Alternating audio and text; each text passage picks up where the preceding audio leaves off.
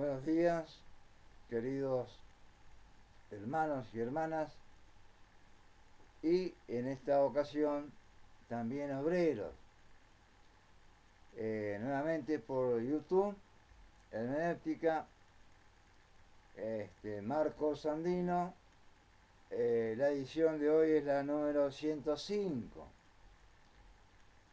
Bien, habíamos estado sugiriendo el lunes pasado que leyéramos Éxodo desde el capítulo 6 hasta el capítulo 11 inclusive, para poder mejorar un poco la idea de lo que es una lectura corrida, ¿no?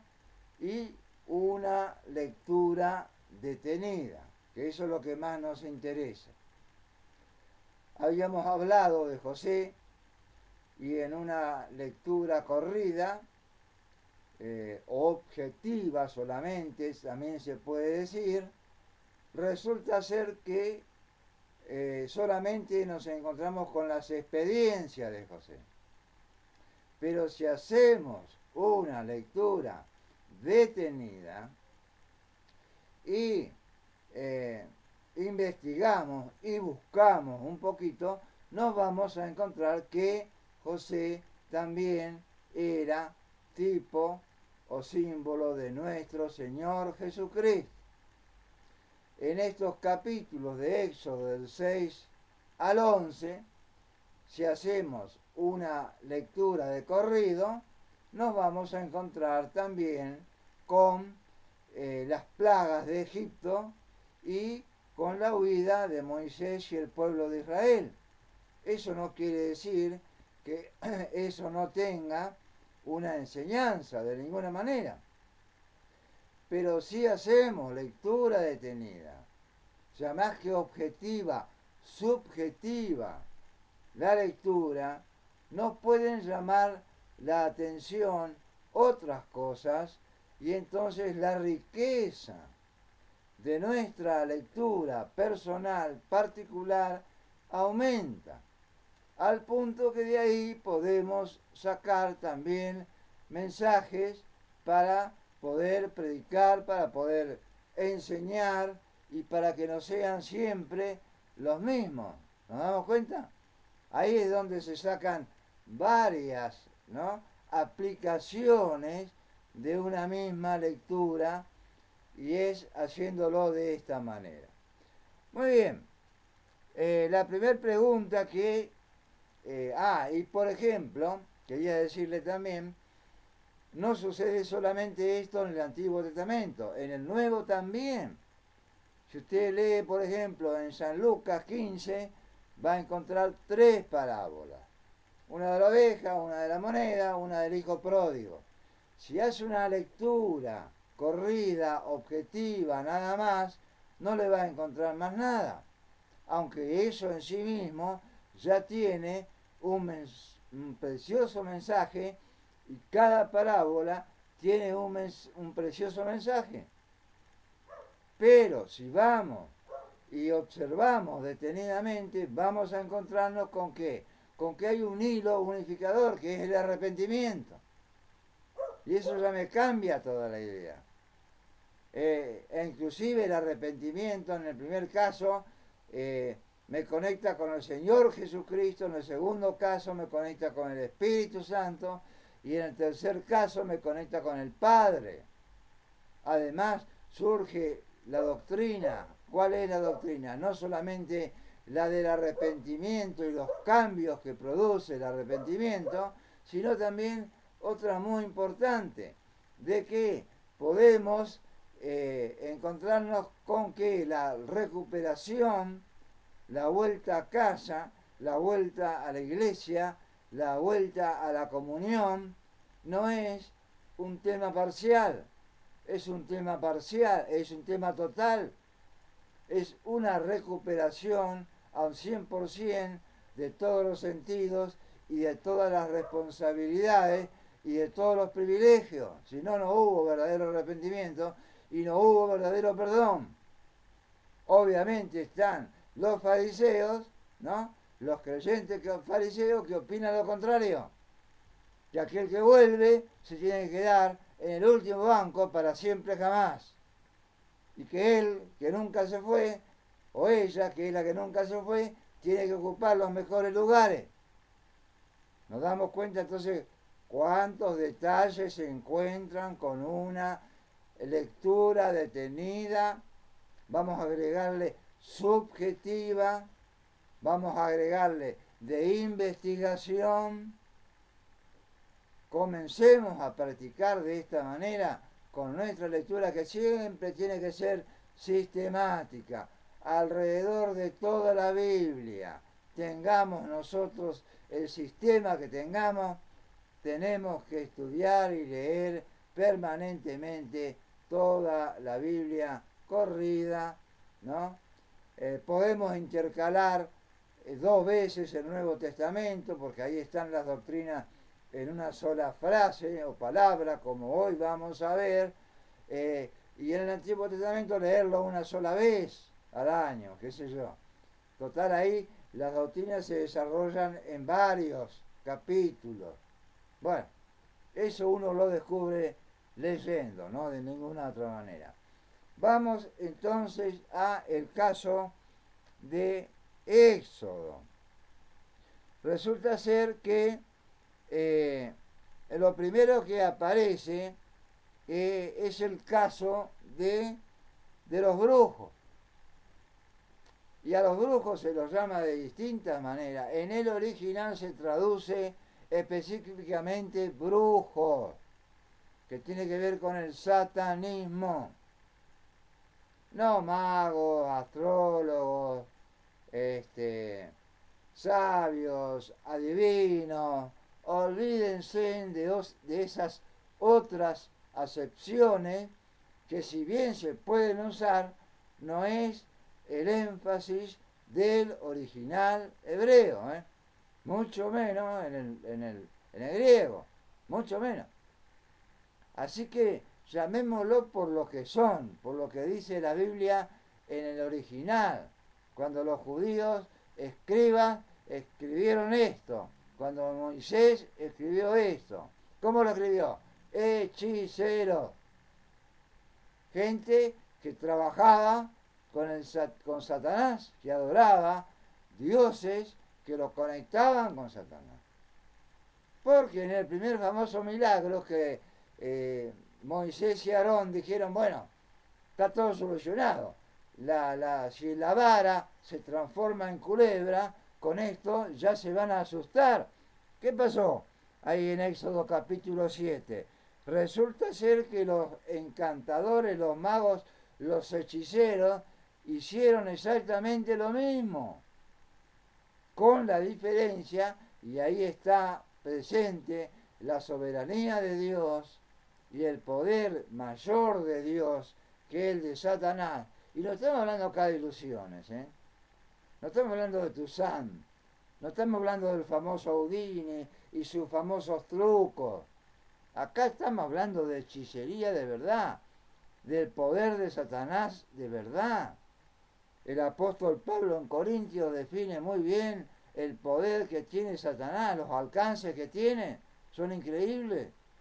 Además, él dijo, no tenemos lucha contra carne y sangre, sino contra señores, potestades de estas tinieblas. Así que tampoco estamos hablando de demonios medio pelo, ¿se entiende? Estamos hablando de demonios importantes, con poder, y mucho más si hablamos del príncipe de los demonios, o sea, Satanás. Y para poner un caso del Antiguo Testamento, el caso de Saúl, cuando demos la vuelta a nuestra Biblia y nos encontremos con ese caso, lo vamos a tratar. Saúl fue a consultar a una pitonisa, a una adivina, y quedó tan sorprendido. ¿Por qué? Porque resulta ser que se le apareció el propio Samuel, que ya había muerto. Habló cosas que solamente él sabía. Y encima de eso, le predijo el futuro, es decir, que iba a morir y cuándo. Cualquiera de ustedes se sorprendería si un espiritista puede hacer eso. ¿Sí o no? Pues eso es capacidad satánica. Y ya lo vamos a ver. A no descuidar entonces el poder que tiene Satanás y los poderes con los cuales estamos lidiando y tratando nosotros los hijos de Dios. Ahí entonces hay dos hijos de Dios que tiraron la vara, se convirtió en serpiente, pero los magos hicieron lo mismo. Los hechiceros hicieron exactamente igual, pero Dios se comió, la serpiente de Moisés se comió a las víboras, ¿no? De los encantadores, de los hechiceros. Segundo caso, que hace Moisés y Aarón, convierten todas las aguas en sangre, no solamente el Nilo, en todo lugar. ¿Vieron esas tinajas de barro grandes? Yo las conocí cuando era chico porque en Misiones, que hace mucho calor, y en ese tiempo eran pocos los que tenían heladera. Resulta ser que en esas tinajas se conserva el agua fría, aunque la temperatura sea de 45 grados. Fueron las tinajas que también usó el Señor Jesucristo, ¿no? Ahí en San Juan, cuando empieza San Juan, estaban llenas de aguas y Él las convirtió en vino, porque se había acabado el vino en aquella fiesta de casamiento.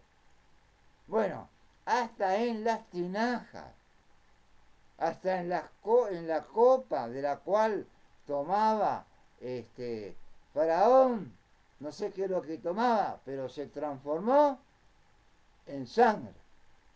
Sea agua, sea vino, sea lo que fuere, se transformó en sangre. Y esto es de verdad, no en una cosa colorada, porque se murieron todos los peces del río Nilo. Eso es señal de que era sangre verdaderamente. Y si no, lea un poquito en internet y ahí le van a informar perfectamente bien. Pero ¿qué hicieron estos hechiceros? Hicieron lo mismo. ¿Cómo lo hicieron? ¿Acaso no hay encantamiento, no hay truco, no? ¿Cómo lo hicieron? Tenían poder. Tenían poder. Y tercero, el caso de las ranas. Moisés y Aarón hacen que todas las ranas al borde del río Nilo se vinieran todas para la ciudad y se inundaron todos los lugares de rana. El racionalista, ¿qué es lo que le dice? Dice, bueno, pero el Nilo desbordaba 2 o 3 veces al año y obviamente cuando volvía a su cauce era normal entonces que hubiera laguna y esas lagunas se llenaban de ranas. Sí, eso era normal para Egipto, pero lo que no era normal era que todas esas ranas de todo el río Nilo salieran de sus escondrijos, de sus lagunas y se concentraran absolutamente todas, ¿en dónde? En el reino del faraón. Eso fue un milagro. Ahora, ¿me quiere creer que los hechiceros hicieron exactamente lo mismo? Pues sí, hicieron exactamente lo mismo. Ahora, ¿cómo comprobamos? Ellos mismos lo comprueban. ¿Cómo comprobamos que estos hechiceros tenían poder, y ahora decimos, un poder limitado dado por Satanás? Como lo va a tener el anticristo, va a tener un superpoder, si no la gente no lo va a adorar. Olvídense todos aquellos que están escuchando por ahí, porque nos llueven noticias de todos lados, de que el anticristo está ya con nosotros. No, señor. La iglesia podrá pasar los principios de dolores, cómo no, pero no va a pasar la gran tribulación. Y todavía no apareció el personaje que según el apóstol Pablo va a tener tales poderes que eso es lo que va a dejar asombrada a la humanidad. Y va a corregir todas las enfermedades, va a corregir todos los problemas económicos, todos los problemas sociales, todas las guerras, todo. Por eso lo van a adorar. Ese personaje todavía no existe. No se equivoque, no se adelante. Falta poco, pero todavía falta. ¿Posible que lo detectemos? Sí, señor, pero todavía falta. ¿Cómo no? Bueno, porque va a ser, perdón, quería decir esto, según el apóstol Pablo, va a ser no un hijo de Satanás, pero sí una creación, una posesión especial de Satanás. Va a surgir con esa apariencia. Imagínense Satanás dándole semejante poder a un ser humano de carne y hueso. ¿Cómo no lo van a adorar? Por supuesto que sí, lo van a creer un Dios por sobre todos los dioses. Y los judíos van a creer que es el mismo Jesucristo. Qué cosa, ¿no? Bueno, acá lo importante es descubrir, espera que me fijo la hora, porque siempre me pasa. Es importante descubrir que cuando viene la plaga de los piojos, ¿no? Tocan nuevamente el polvo de la tierra y dice la escritura acá que nacieron y nacieron y nacieron y nacieron y nacieron y nacieron y nacieron miles y miles y miles de piojos. Se inundó el reino de Faraón, que tenía 1200, es como Chile más o menos, ¿no? 1200 kilómetros de largo por poco de ancho, el río Nilo por el medio. Se inundó todo. Y sabe que trataron de hacer lo mismo los hechiceros y no pudieron. ¿Por qué no pudieron? Porque el dueño de la vida es Dios, es el Señor Jesucristo. Por eso es que este es un contexto que no citamos cuando hablamos del famoso texto de Génesis capítulo 6, versículo 2, en donde muchos predicadores cristianos evangélicos lamentablemente creen que los demonios tuvieron hijos con las hijas de los hombres. Por favor, Satanás no puede procrear, los demonios no pueden procrear.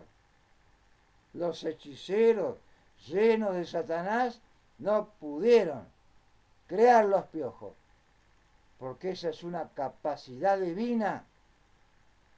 Por eso es que debemos recordar esto y muy atentamente.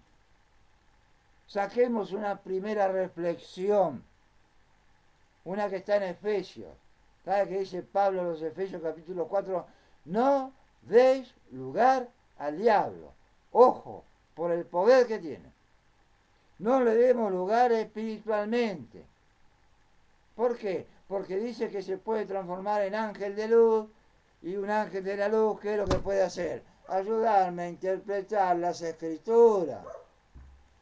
Ojo con eso. ¿En qué más me puede tentar? Y obviamente el Señor Jesucristo ya lo estableció. El espíritu puede estar presto, más la carne enferma. ¿Qué quiso decir? Que somos débiles, que somos pecadores. Y que entonces el que mire, el que cree estar firme, mire que no caiga. Porque Satanás siempre nos está tentando y por nuestro lado más débil. ¿Usted sabe cuál es su lado más débil? Yo sé el mío ahora. Y eso va cambiando con la edad, ¿eh? Va cambiando con la edad. Así que no se equivoque.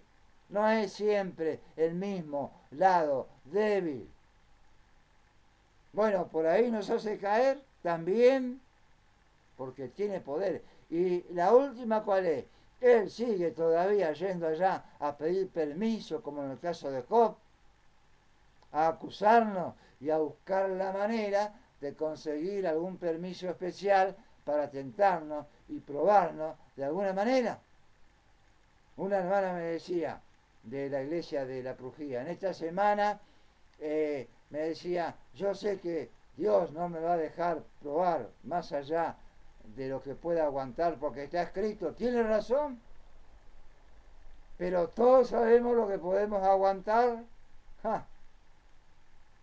Hay que tener en cuenta eso, ¿no? Hay que tenerlo muy en cuenta. Isabel salió muy bien de la operación cualquier momento vuelve, quizás hoy, hasta ahí está todo perfecto, estamos todos dando gracias a Dios. Bueno, bárbaro. Pero si se viene con algún germen, o se viene con algo del sanatorio, ¿hay que estar preparado o no? Cuidado con el poder de Satanás para tentarnos, para probarnos, para hacernos caer, para debilitar nuestra fe. Primera reflexión. Segunda reflexión,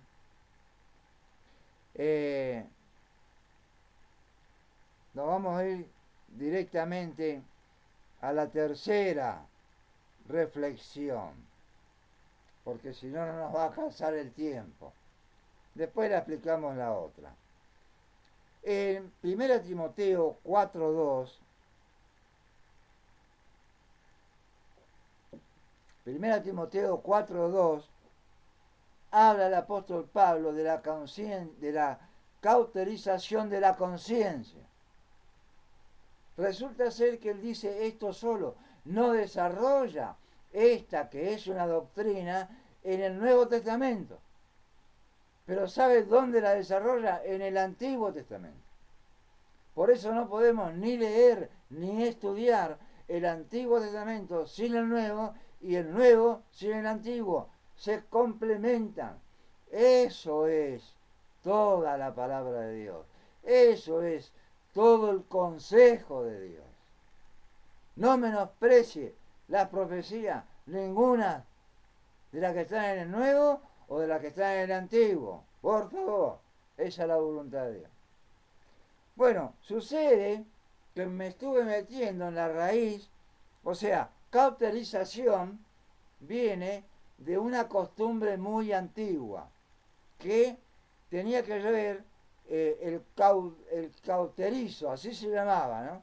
Si yo le pregunto en frío, ¿qué es un cauterizo? Ustedes me pueden decir cualquier cosa. ¿Saben qué era? O sigue siendo, va. Una espada o un cuchillo puesto al fuego vivo, con los cuales se curaban o se cauterizaban, ¿no? Ahora se hace con láser y todo eso, pero se sigue haciendo, ¿no? Las heridas, primero se desinfectaban. Uno de los desinfectantes más importantes lo usaba David, que entre otras características tenía más características que la aloe vera, ¿no? Se llamaba hisopo, era una planta, era un desinfectante muy poderoso. Entonces David, nosotros creemos que nunca lo tocaban, no, nunca lo tocaban de gravedad, pero él iba siempre al frente, así que tenía marca por todos lados, le puedo asegurar. Se ponía primero el hisopo, se desinfectaba, y luego ¿qué hacían en aquel tiempo, 1000 antes de Cristo? Cauterizaban la herida con fuego candente, con hierro al fuego vivo. Bueno, eso es cauterización. Imaginemos ahora que Pablo está hablando de la conciencia. Entonces me metí un poco en los originales y cauterización tiene dos raíces. La más profunda de todas, ¿saben qué significa? Glorificar a Dios. Miren lo que significa, por favor. Glorificar a Dios. La que le sigue es glorificarse a sí mismo. Y la tercera, ¿cuál es? Que comienza a cauterizarse la conciencia de a poquito, no como con el cuchillo ardiendo, eso es instantáneo. Pablo está hablando de algo paulatino, hasta que queda de esa forma completamente sellada y sin posibilidades de que la herida se abra. O sea que esto le pasó precisa y se pierde la luz. Significa eso. Cauterización de la conciencia es ir perdiendo la luz de a poco. En todos los sentidos, aún como lo decía David, lámpara es a mis pies tu palabra y lumbrera mi camino. Quiere decir que si yo comienzo a cauterizarme, por más que lea la Biblia y la lea cada vez más fuerte y con más cantidad, con más emoción y con más deseo, si se está cauterizando mi conciencia, voy perdiendo la luz. Bueno, el asunto es que llegó a una conclusión muy linda. Eso es lo que le pasó a Satanás. ¿Qué fue lo primero que hizo? Dejó de glorificar a Dios. Acto seguido, ¿qué pasó con él? Comenzó a glorificarse a sí mismo. Escuchábamos una predicación estos días, el domingo creo que fue, sobre la vanidad. La vanidad es glorificarse a sí mismo también. ¿Y saben qué más? Cauterización de la conciencia. ¿Y qué le pasó a Satanás? Comenzó a perder la luz, porque vaya a saber cuánto tiempo llevó este proceso. Y dejó de darse cuenta, de analizar, y eso que él es muy matemático en este asunto, y de ver los resultados, todo lo que podía pasar. También le sucedió esto a aquellos que le siguieron. No podían darse cuenta de lo que iba a suceder. Los riesgos no lo calcularon. ¿Por qué? Por falta de luz. Porque la conciencia, y ellos la tienen, y ellos la tenían, los que cayeron, hablando de los ángeles, se les cauterizó. Mucho más entonces con nosotros es muy importante. Porque nosotros somos igual que Faraón. ¿Saben lo que ocurrió con Faraón? Ahí en el capítulo 7, verso 13, dice, y el corazón de Faraón se endureció y no los escuchó como Jehová le había dicho. Oh, el corazón de Faraón se endureció. Como no está escrito que Dios endureció el corazón de Faraón, sí, ya vamos a llegar. Pero la cauterización, la cual hace Dios, la hace luego, por último, y cuando no hay más remedio. Por 6 veces dice la Escritura, por eso les invité a que lean todos estos capítulos, por 6 veces dice que Él endureció el corazón, y cada vez que lo hacía, iba endureciendo su conciencia. ¿Nos damos cuenta? Hasta que en el capítulo 9, versículo 12, dice, y Jehová endureció el corazón de Faraón y no dejó ir al pueblo. 6 veces en su misericordia dejó que Faraón decida, que usufructe su libre albedrío, que usufructe su conciencia, su razonamiento, su manera de pensar, ya que cuando los astrólogos, los magos, los hechiceros de esto dijeron, le dijeron a Faraón, porque no pudieron crear los piojos, dice, ojo, que esto es dedo de Dios. ¿Qué dijo Faraón? Váyanse, desaparezcan de mi lado, yo sé lo que hago. Yo sé lo que hago. Pero llegó un momento que Dios tomó cartas. Primero le dio misericordia. Y luego entonces Él le endureció el corazón. ¿Acaso Faraón el día del juicio podrá decir, no me diste una oportunidad? Por favor. ¿A quién le va a decir eso?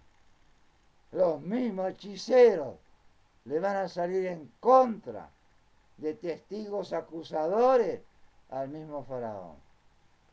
Por eso, querido, querida, es muy importante tener en cuenta en esto. Y para terminar, les voy a leer en Proverbios 29:1. Fíjese qué texto. El hombre que reprendido endurece la cervez, de repente será quebrantado y no habrá para él medicina. Lamentablemente hace más de 40 años, 42 años, le tuve que decir esto a un hermano. Todavía el Señor no se lo llevó. Todavía está sufriendo estas consecuencias. Porque Dios siempre tiene misericordia. Todos somos iguales, ¿eh? Que nadie diga, esto no me va a pasar, esto otro no me va a pasar. Ojo con eso. Pero es muy importante tener en cuenta que la conciencia se cauteriza, se endurece y llega un momento que queda hecha y convertida en una piedra. Y entonces, ¿qué pasa? De repente seré quebrantado. De repente me viene el castigo y ya no hay más medicina. Es cuando Dios actuó. Primero me dio todas las oportunidades posibles. Y miren que Faraón tenía el consejo de los que estaban al lado de él, las mismas experiencias que él vivía, lo que le pasaba a Egipto. ¿Acaso no podía razonar que el Dios de los hebreos era muy superior a todos sus dioses? Con un poquito así de arrepentimiento, Dios le arreglaba las cosas. Mas no quiso, mas se endureció. Y entonces Dios mismo le endureció el corazón hasta el final, hasta que murió ahogado. ¿En el medio de dónde? En el medio de donde ya sabemos, del Mar Rojo, en donde se encontraron hace 2 siglos atrás eh, eh, ruedas de carros de los egipcios. Interesante como la arqueología confirma las historias que se cuentan sobre Dios en el principio de los principios, en el Génesis. Meditemos entonces en estas cosas, son importantes para nuestra vida espiritual y para nuestro crecimiento espiritual.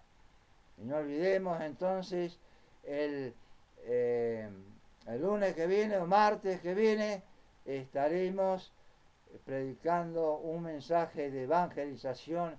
Siempre compartamos esto. Un lunes compartámoslo con creyentes, como el de hoy. Otro lunes compartámoslo con creyentes también, pero para que también lo puedan compartir a quienes todavía no tienen una experiencia de salvación. Que el Señor no esté por venir hoy, no quiere decir que no esté por venir pasado mañana. Que el Señor nos bendiga a todos.